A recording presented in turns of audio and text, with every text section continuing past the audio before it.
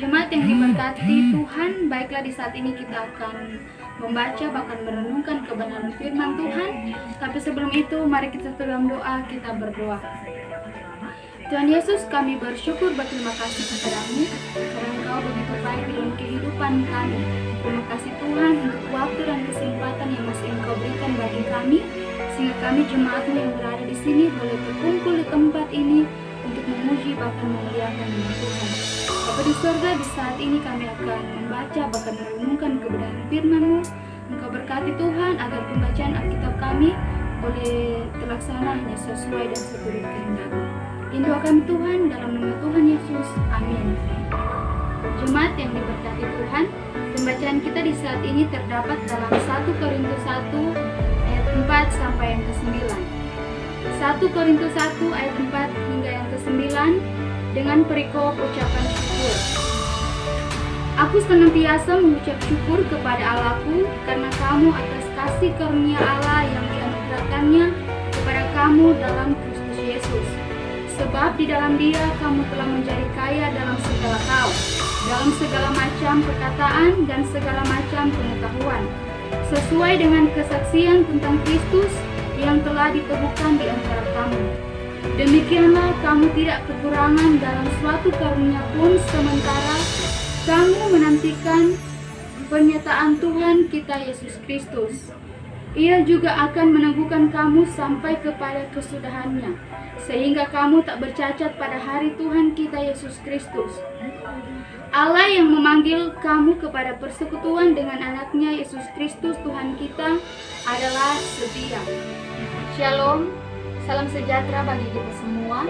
Kita bersyukur kepada Tuhan bahwa atas perkenanan Tuhan sehingga kita di hari ini boleh merasakan sukacita iman lewat ketambahan usia setahun dari jemaat kita, sehingga boleh membilang usia yang ke-86 tahun.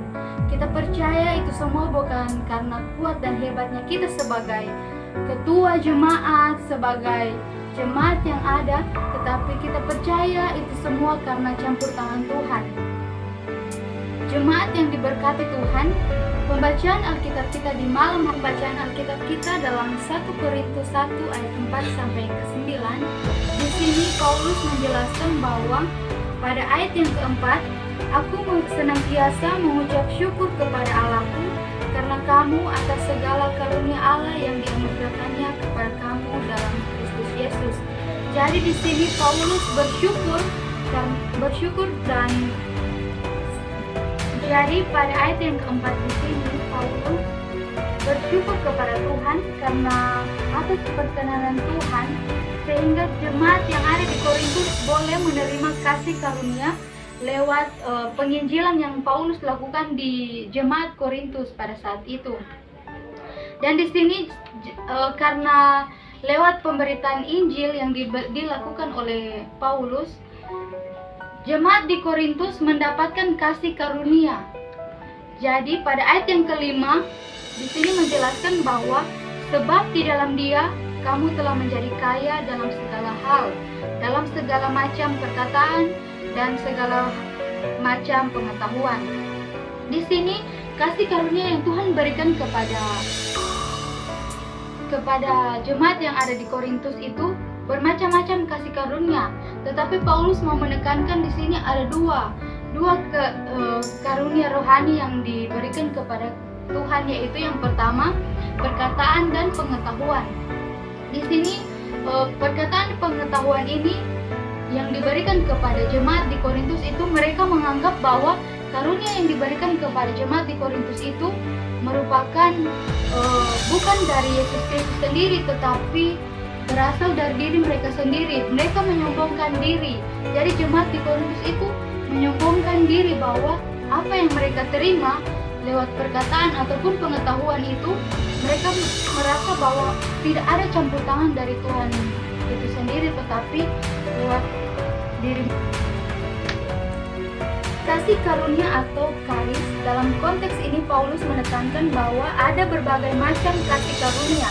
Yang pertama keselamatan, yang kedua panggilan, dan juga ada beberapa karunia-karunia yang lain.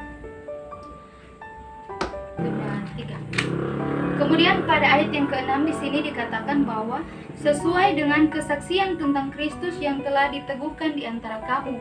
Jadi seperti yang sudah saya sampaikan pertama, bahwa mereka menerima Kristus karena melalui Paulus menginjil mereka dan membawa kesaksian tentang Yesus Kristus sehingga mereka percaya, dan kemudian jemaat di Korintus itu mendapat kasih karunia yang berasal dari Allah.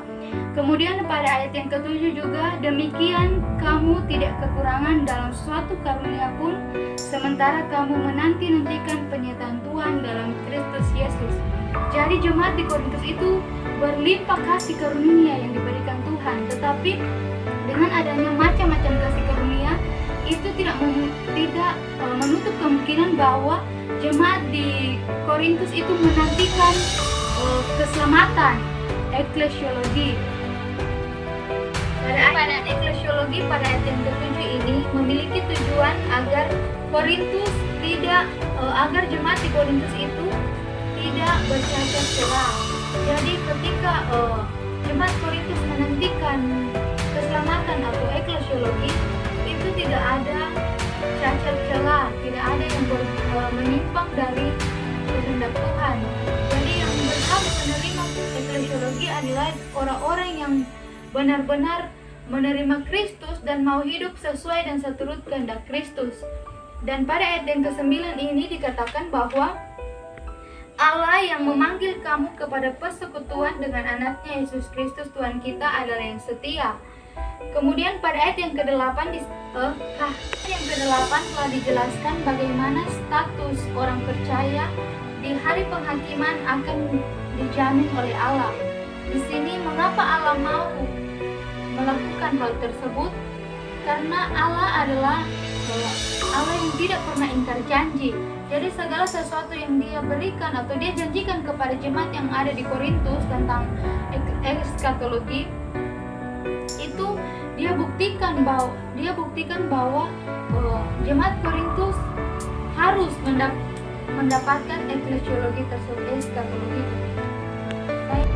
Pada ayat yang ke-8 di sini bahwa Ia juga akan meneguhkan kamu sampai kepada kesudahannya, sehingga kamu tak bercacat pada hari Tuhan kita Yesus Kristus. Dan juga pada ayat yang ke-9 di sini dijelaskan bahwa Allah yang memanggil kamu kepada persekutuan dengan anaknya Yesus Kristus Tuhan kita adalah yang setia. Di sini karena jemaat di Korintus menantikan keselamatan atau eklesiologi,